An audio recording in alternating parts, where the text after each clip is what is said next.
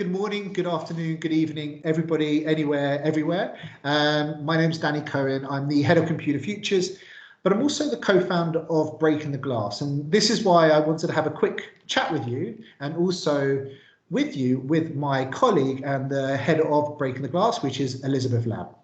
Hello, Elizabeth. Hi, Danny. So thank you for joining me today. Look, I think firstly, with what's going on in the world right now, we've been extremely proud that for the last few years, we've had a program focused on things that we see now the world is trying to change and focus more on, which is diversity, inclusion, making sure that everyone feels, equal and has the same opportunity. And for the last few years, we've been running a program, which I'd love Elizabeth to tell you a little bit more about. And also maybe start with an introduction first, Elizabeth. So tell us a little bit about you, Elizabeth. Yeah, absolutely. So I'm originally from Houston, Texas.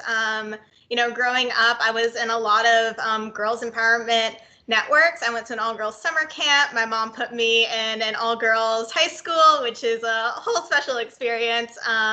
And then from there, I moved from Houston to Charleston, South Carolina. And one of the things I guess I didn't realize what was so special about Houston until I left is how diverse it is. And then I moved to Charleston and I was like, oh, I don't hear anyone speaking Spanish. Everyone but a few people really do look like me. And it was a big adjustment for me, to kind of have to play that catch up with a lot of my colleagues and introduce them to new concepts that I just kind of assumed everyone knew.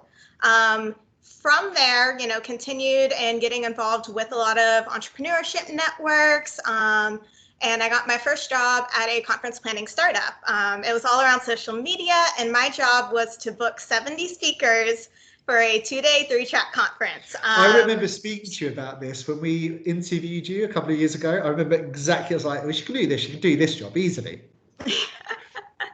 Yeah, so as opposed to doing one big conference all at once, I do lots of little programs now, which is very different and a little bit more tangible.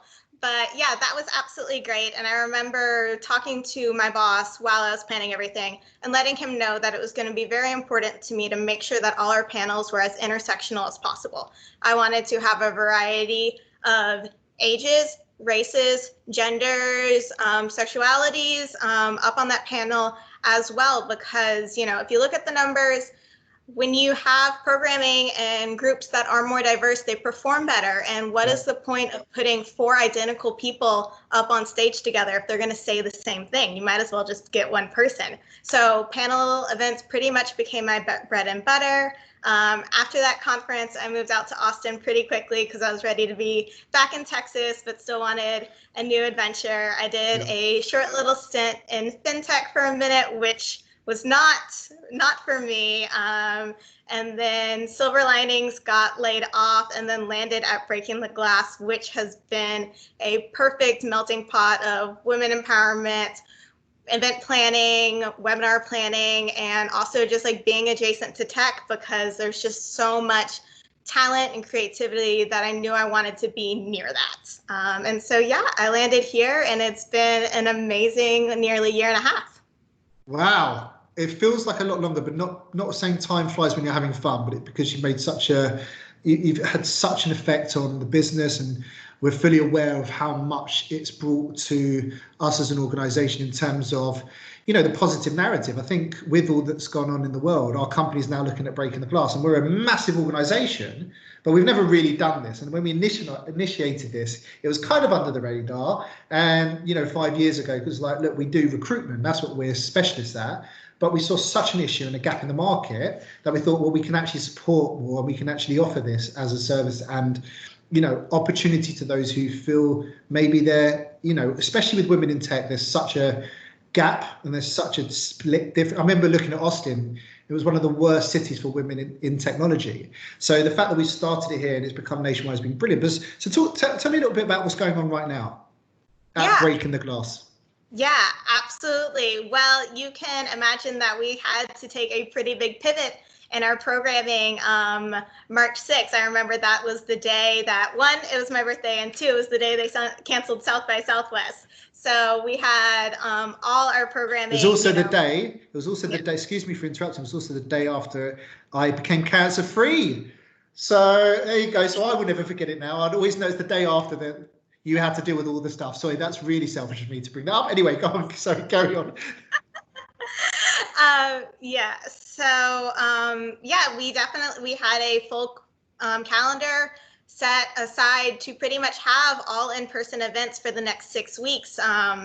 We had a reputation of providing amazing panel and networking events at companies like Retail Me Not, Accruent, Charles Schwab, Visa, Walmart. And from there, we're like, oh, okay, so like we don't have these beautiful office spaces to go into anymore.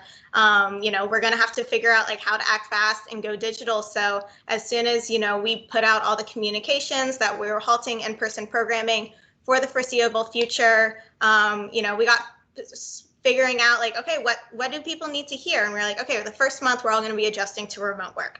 So we're going to put out a series about remote work. And then from there, we were able to go back to our blend of providing programming for our partners and then also being able to like self-produce as well. So we've been able to do a work-life balance for Charter Communications. We've been able to create keynote events for Charles Schwab as well, and that's been really exciting, as well as do self-production events on allies, mentors, and sponsors, and STEM women driving innovation, and get in-person programming that we had scheduled, transformed into a digital way. So that's been really amazing. And as opposed to doing one event a month, I'm doing 3 to 4 webinars, and pretty much at 6 o'clock, I'm done for the day. I don't have to worry about wearing heels for 3 hours and coming home at 10 p.m. only having a glass of wine and a couple pieces of cheese. So, well, there you go. You get a lot more time back, and you actually be able to produce. That's amazing that you've been able to pivot from having, because I remember speaking to you, how proud you were of all the events that you had ironed out for nearly the entire year. I think it was up till November or something, because you said 6 weeks, but I remember it was programs for the entire year. And it's like, Danny, mic drop, my job is done. Now I just need to make sure that they all tick. And then all of a sudden, March the 6th comes around. But what has been amazing is, and talking about the future space. So let's look at, so what programs have you got currently right now? And also kind of like I always like to ask like a call for action from the world. But so what current programs are currently going on now, so that our listeners and people that want to be part of the community can actually opt in and actually see what's going on?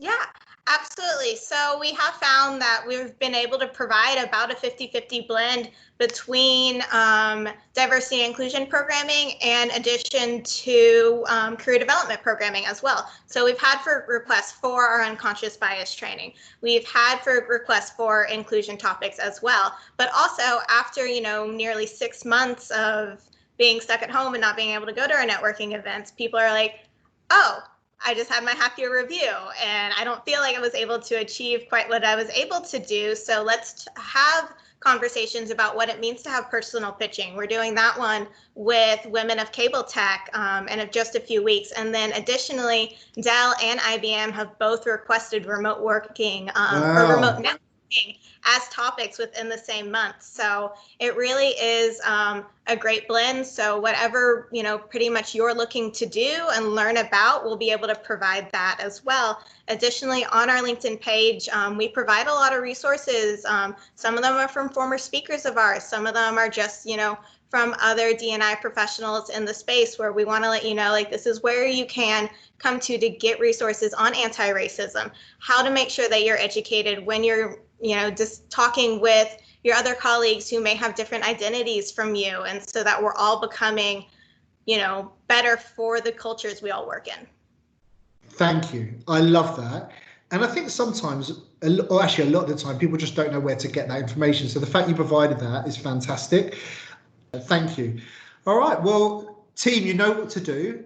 Elizabeth, thank you so much for your time, and I appreciate you taking the time out to go through this, and a little bit about you and a little bit about what you've been doing, and also really more about what the plans are for the future. And I really hope, like you, that the rest of the world do take note and do step up and that people want to change for the right reasons. Because, you know, I've said it before, let's be the change we want to see. I think that's the difference, is we've done that already, but we can do so much more.